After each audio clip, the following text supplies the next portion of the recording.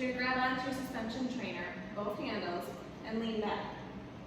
From here, you want your arms to be relatively straight. You're going to get onto one leg and stick your other leg out in the air.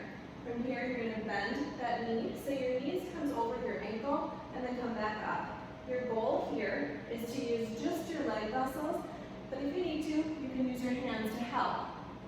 Trying to build strength in that quad.